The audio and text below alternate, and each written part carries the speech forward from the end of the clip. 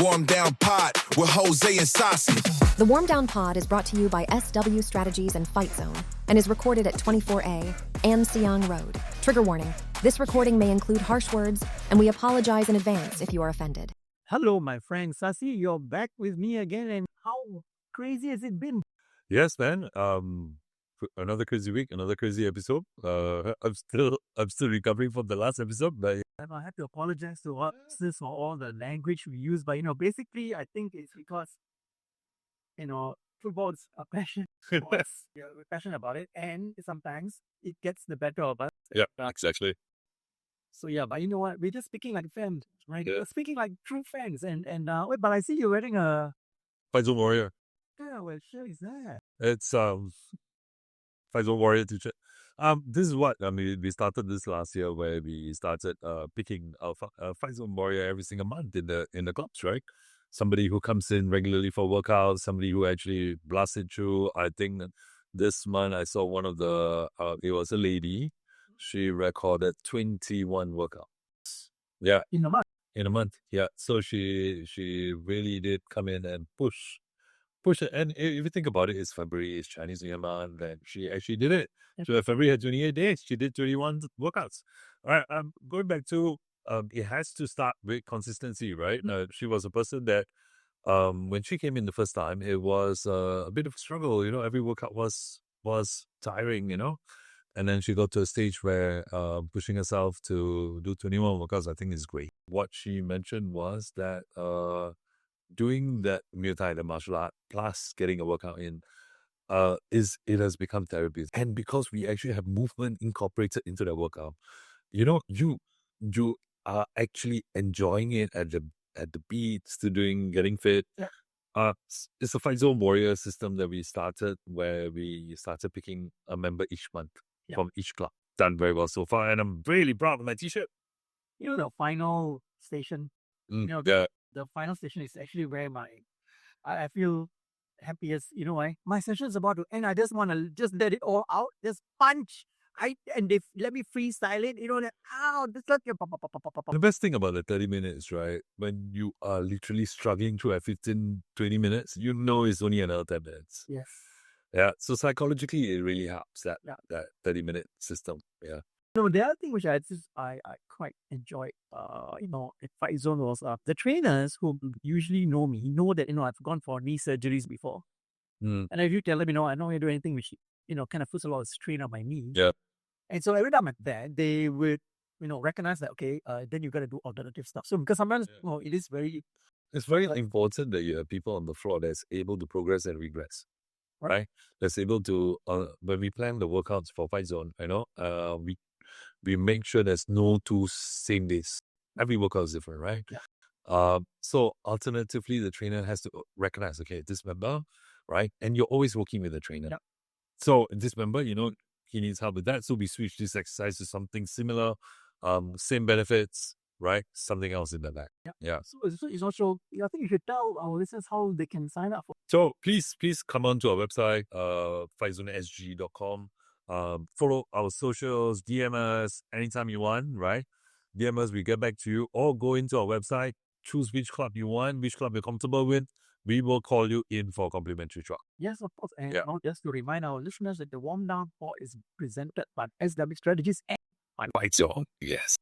I think today's episode we're going to talk about taking a step back and looking at some of the issues faced by Singapore Premier League clubs in Singapore, right? Or actually football in general. Fact of the matter is football is probably the most marketable sport in the world.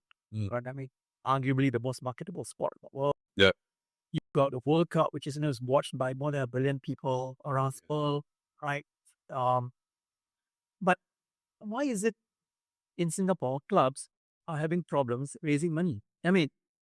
Lion City Sailors aside, because they've got a founder who owns Shopee and Sea Limited and all that, right? But other clubs find it problematic to raise money. And actually, even if you look at the Football Association of Singapore's financial records, the financial statements every year, they don't raise that much money on there, right? They rely a lot on the funding which comes through from the tote board through Sports Singapore and also through what we call the annual NSA grant funding which is provided. Yeah. for Singapore towards the national teams. Yeah. I'm not too privy with the records, but didn't we used to get a lot more sponsorships before? Yeah, so that's the issue, right? The sponsorships actually seems to be dry up. Yeah. Right. And I remember there was 1 year in which I did the research. I did the checks on the financial report, something which I do every year for a lot of NS leagues. You see how much money they're raising on their own. Football association actually, in one of the years, they raised less than $1 million through sponsorship, and that's to me that's bizarre. Okay, that's for the football association. Then you go down further into the clubs, right, where you see clubs, are they raising money or not? It's actually a lot more weak. It's worse. And here's the other aspect of it, which I think requires a bit of an airing, or a question like why and why not. So let me explain why. Why is it these clubs do not need to review their annual? I'm actually not aware. I presume as a normal layman in Singapore that if you are getting money, you have to be transparent, right? So they just have got to make the submissions to registrar societies, MHA. But I said just now about sometimes we gotta ask why and why not. So why? So my question, why is clubs not being asked to make their financial statements public scrutiny? That's why, right? And why not clubs make public this information so that in a way it also helps them, because it opens people's eyes how much money they raise, and it also opens our eyes to how the leadership is performing. I think that's vital, right? Yeah, it's extremely vital. Right? Yeah. So we know whether or not this leadership team is good for the club or poor for the club, and whether there needs to be a change. So, here's an example, right? I was asked about I actually asked this question, right? I think one of the clubs, Balestier, you see on their jersey, right? I think it's Casuarina curry, right? Yeah. I don't see the curry. Where is the curry? The question is, how much is Casuarina curry giving Balestier? Yeah. I don't know the answer. You know what? No one knows the answer. And then you go to Albirex. You watch games which are being played, matches which are being played at DBS East Stadium, right? Whether or not Albirex is playing or Tanjong Pagar is playing, but that's the two teams which use the you see all these banners from along the field, right? Yeah. Whose banners are those? As in, do they belong to Tanjong Pagar or do they belong to Albirex? Yeah. I mean, my understanding is belongs to Albirex. Okay. Yeah. So why is it those banners are all still up there when Tanjong Pagar is playing? Are they getting a portion of the money? No, but the thing is, I think it's logistically too hard for them to bring it down and bring it up again. Bullshit. No, I see these banners all the time, and they are there during kids' games. They are there literally all the time, right? From a fundamental marketing perspective, that does not make sense. Doesn't make sense. Yeah. Is like I say, is Tanjong Pagar earning from any of those sponsorships? And why is it those sponsors are getting airtime when Tanjong Pagar is playing? What kind of a marketing commercial program are we having in the Singapore Premier League? Yeah. Exactly. And Albirex is benefiting, right? I think Albirex is doing a lot of good things. We don't know the numbers. Are these sponsors actually playing the club? But I give it to the Japanese. I mean, I'll give it to Albirex in Qatar, right? They actually are. They engage with the Japanese firms. They engage with some of the brands. The question is, what more can be done, and how can we help clubs to do better?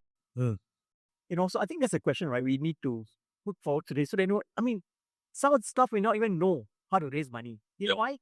Like Tanjong Pagar, for example, the chairman Raymond Tang, he's into used cars. Does he even know how to create a commercial program for his club? I'm telling you right now, bottom dollar, I don't think he understands. Okay, and that's problematic. Because you're running a professional football club, don't you think you need to know how to raise money for your club? Yeah. Right? I think he doesn't understand that. For me, when it comes to sport, right? When I actually, I did my degree in Australia, sports science, and one of the minors we had an option to choose was sports management. But the module that they put a lot of emphasis in, right, is fundraising, right? Because if you don't raise funds, you don't have a structure to build sport, right? And with a lot of 20 years ago when I came out of the degree, I was probably a handful. But now a lot of people have sports qualifications. Our polytechnics have sports management qualifications, right? Yeah. But the thing is, I think not enough is done. Not the right people are not in the right places. Yeah. The thing is, I don't think that issue is also limited to just the Football Association or the clubs, right? I think from a general perspective, I know national sports associations have problems because I think there was a point which I raised in one of the early episodes about whether or not sports is a public good. Not every company or brand sees the value in supporting high performance sports. Going back a long way in history, give you an example, right? It's only in 1981 in Singapore that the government started this thing called a Sport Aid Fund. Sport Aid Fund was actually then used. This receptacle was used for the government or for the people in charge to get out and engage companies to put money into this fund to help athletes. That's how it all started. Obviously now it's gone far beyond that. We've got all this textile to the One Team Singapore Fund, all that. So what it started with the Sport Aid Fund. Here's the problem. I don't think expertise is being shared with our Singapore Premier League clubs on how to raise money for themselves. And that's why they keep relying on the subsidy which they get from the Football Association and running the club with that. But it also boils down to eyeballs, right? That's the issue. Yeah. Right? We don't have enough eyeballs to... Okay, so fund I just want to let you know one information that I think we started at SYL. Okay, so when you think about SYL, now it has previously there was JS. Yeah. When you think about eyeballs on these leagues, right? You think about there is now currently SYL has all age groups, right? From let's talk about the youngsters from 8 years old to 12, 13. I think when it reaches the older age groups, there's less teams, but in the younger age groups, each division has 10 teams, right? Every timing, you see the stands full with parents. So when you think about a sponsor, if you want to sponsor, you want to appear somewhere, you're getting a lot of eyeballs in the youth leagues, right? Yeah. You're not necessarily going to get the same eyeballs in the Singapore Premier League, right? I wish I can write down. If you are a young athlete parent, there's a few things you need to do to help the sports fraternity, right? You need to bring your kids to a football game, right? And I think Singapore has a massive national school games. It is big, right? It is. There are people. I recently heard of a boy that changed schools because that school is looking for a football player. I think you're probably not going to be aware of this. If we start to think about a very simple aspect of sports marketing, and we know that, in other parts of the world, right, there's an Emirates Stadium or there's an Amex Stadium, right? Have we ever thought about why is it in Singapore there's no commercial branding on any of our stadiums? Yeah. There's an answer. Those venues are public facilities which are, which have been funded through taxpayers' funds, to be built through taxpayers' funds and owned by Sports Singapore mostly, except for our Tampines Hub, which is, run by PA, which is also part of the government, right? But there's no commercial branding on any of the stadiums, right? And in fact, here's something really interesting, right? Which I think, it was something which was reported years ago. When the new National Stadium was being opened, our current Sports Hub, right? Yeah. There was a brand That came which wanted to basically take over, kind of like, brand the National Stadium as, name of brand arena or name of brand stadium, right? And you were paying big money for it. I think if I'm not wrong, if I recall, it's 100 million over 10 years or something like that. Okay. It was shut down. Why? Because National Stadium is considered a public facility. This episode is going to be the why and why not episode. Right? Why are we not considering it when a brand, a major brand, a global brand, or a brand which, which is close to our hearts, like an OCBC or a DBS, if they want to take and name the stadium after the brand, let's call it the DBS Arena or the OCBC Stadium, and they give sports, 100 million for 10 years. Isn't that a good thing for sports? It is. I think it's brilliant. It helps the ecosystem, right? Yeah. So why are we saying no to it? Why not? Yeah. Why this not? Why not? We start seeing that maybe this is how we can actually help raise, money for sports, not just for football, but for athletes, right? So that athletes who need will have the ability, and here's the other thing, the taxpayers do not need to keep funding sports or high performance when it can be funded by commercial money. Yeah. Isn't it a win-win for everybody? It is definitely a win-win, bro. If we can get commercial money that amount in, think of how much the league can grow. Exactly. You think of how many things you can do for the league. And I just brought up that point about, the Sport Aid Fund, right? We started, very, very small, and it kind of grew over the years, and obviously it's kind of morphed in something else now. 4 years after that particular fund was started, right, in 1985, there was only $1.7 million in the kitty, right? But that's how far we were back then, which is why there was a lot of athletes who were all clamoring, they all walked away because it was not easy, right? Yeah. Today we have this different opportunity in a different time when commercial money can be raised through sport, not just for football, but sports in general. Why not? Again, why not? We open our eyes with that, so that the taxpayers' money can be used elsewhere. Infrastructure, building of schools, building of another 60-story flat, right? I mean, isn't it? Yeah. We can actually then develop, right? So, I mean, our point again is about there isn't much money coming in for sport. Yeah.